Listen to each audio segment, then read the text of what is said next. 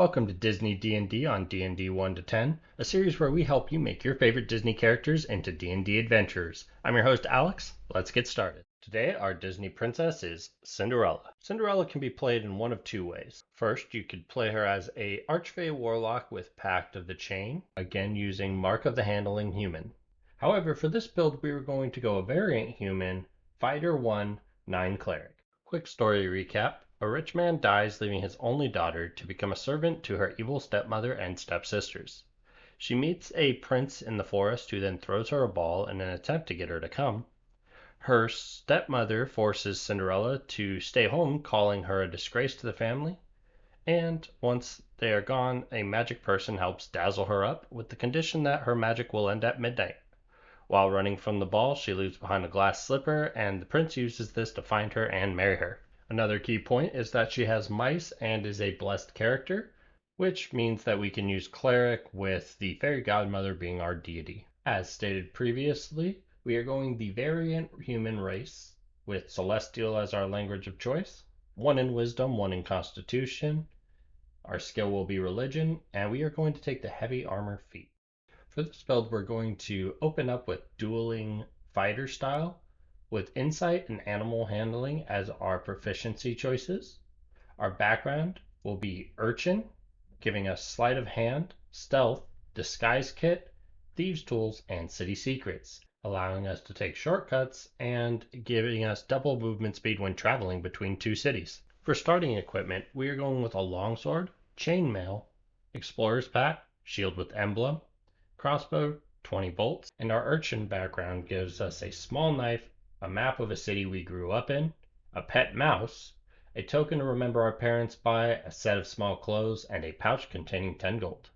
At level 2, we are going Peace Domain Cleric, granting us Emboldening Bond, which allows us to pick some creatures within 30 feet and add a d4 to their attack rolls, ability checks, or saving throws once per turn.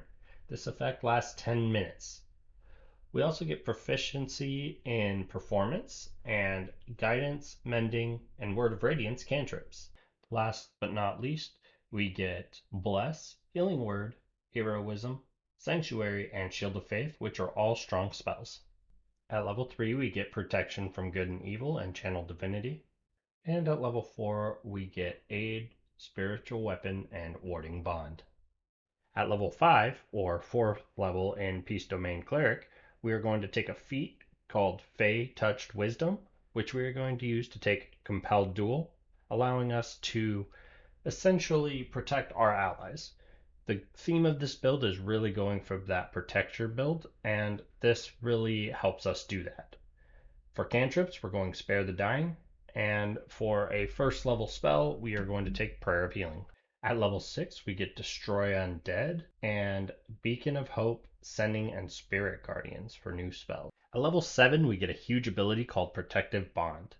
This allows us to use our reaction to teleport within 5 feet of one of our emboldening bonded allies as long as they're within 30 feet of us.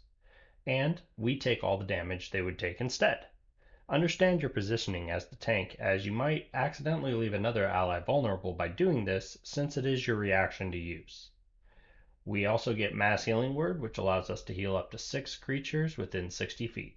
At level 8, we get Aura of Life, Aura of Purity, and Odaluk's Resilient Sphere, which I would rename to Godmother's Protection.